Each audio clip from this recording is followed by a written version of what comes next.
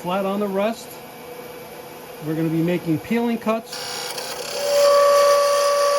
Start with about 1/3 of the edge at first.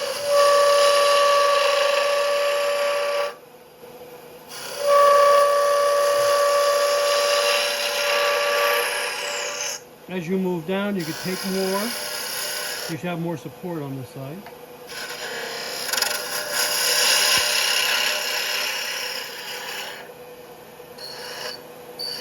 Now you can take a little more here, while you still have some support back there.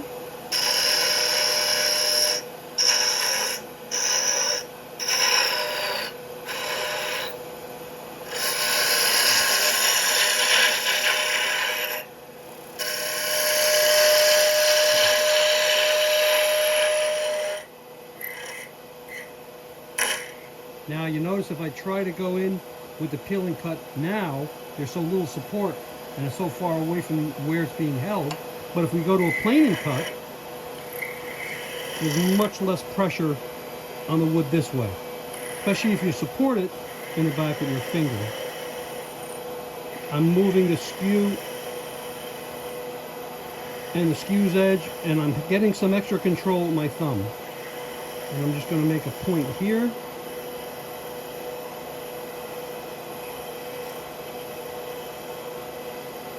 And now I'll be able to remove some more.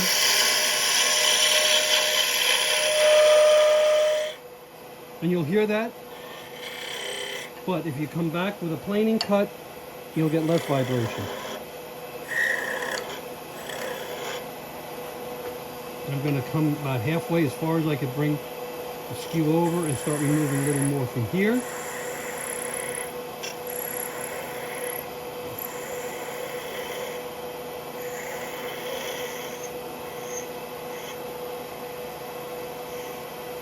And you could literally, with this technique, get down to, even much thinner than that. And it leaves a really nice support. We're using this lower portion of the very sharp skew. It's honed, as you can see. So now I'll just come back this way.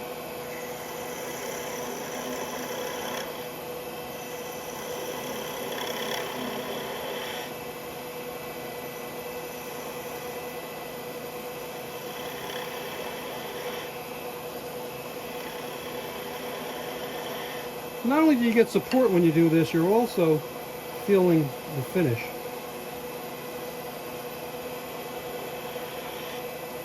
There's something rough in here.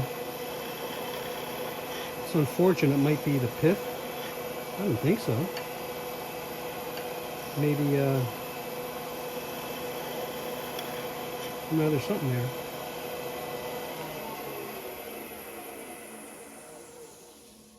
Well, that's unfortunate.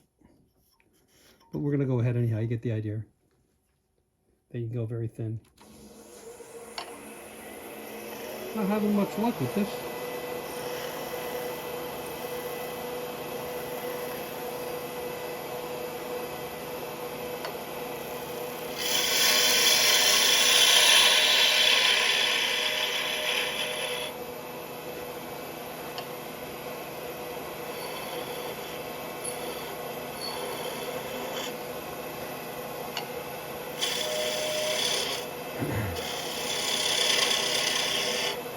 I'm going to clean up the shoulder with the long point.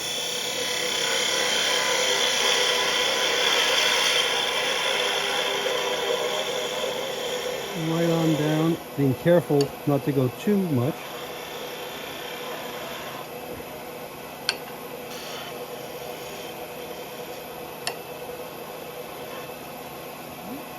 And now I'll just, that's sharp edge.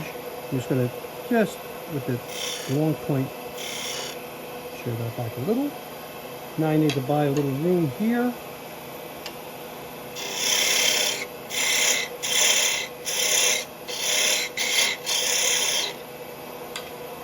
So I'll use the parting tool for that. And now I'm going to try to roll up.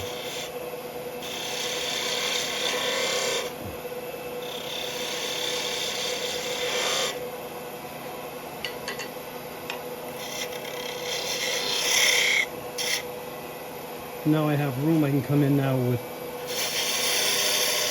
the peeling cut with the skew. Have you guessed what I'm making yet?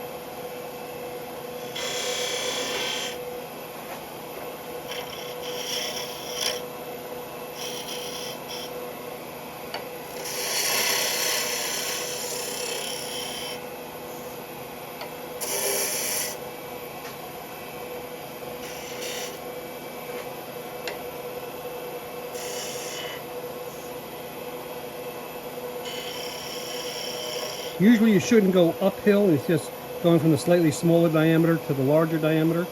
But in this case I had no choice, and just in terms of how I could fit the tool.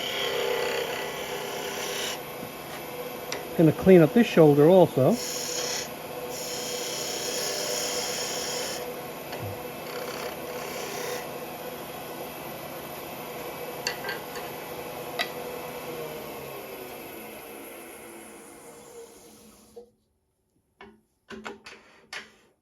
Move the tool rest a little closer.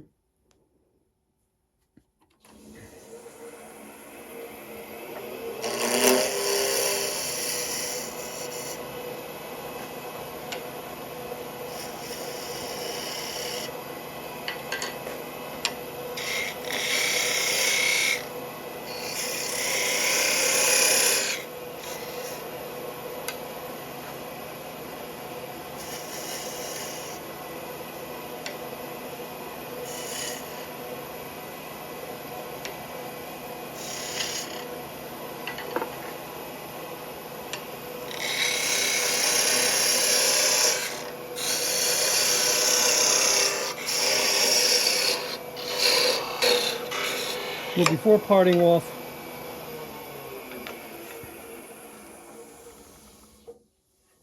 just going to give it a quick sanding.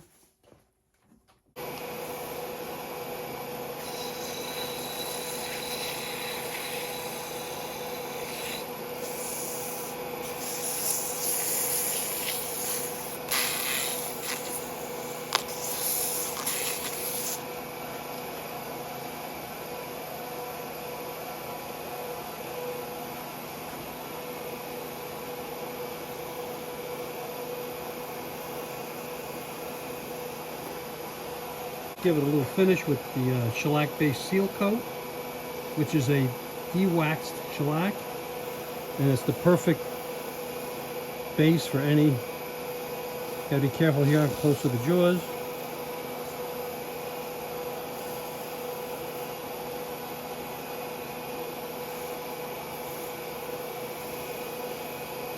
Give it a little bit of friction, especially up here. You can't give it much there, and that'll dry that right up. It's alcohol based, so it dries very quick.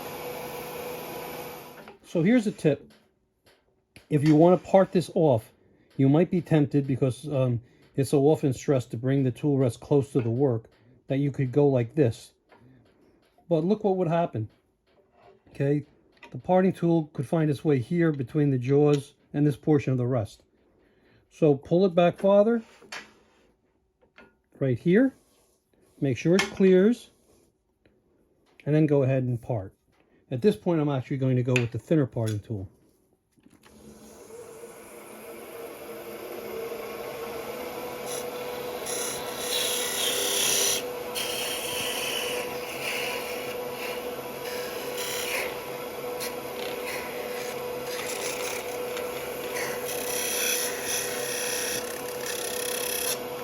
And there you have it. Push pin. And what I use it for, and I have quite a few of them, is there's very often, if I have to change the jaws on my chucks, there's a lot of sawdust in here. So instead of worrying about stripping out those, I could use this now to clean those out. And I have, you know, a variety of them that I have. But it's a fun project.